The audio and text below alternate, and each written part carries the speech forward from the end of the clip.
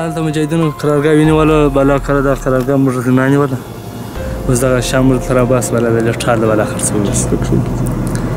کنټینران و دا ټاټونه و دا تختې و دا شام کښې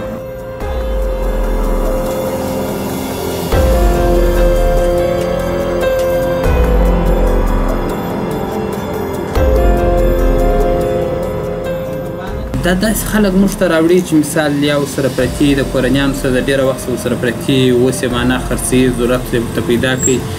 نو موږ یې ځینې رانیسو بیرته یې بیا موږ پر مجاهدینو باندې خرڅوو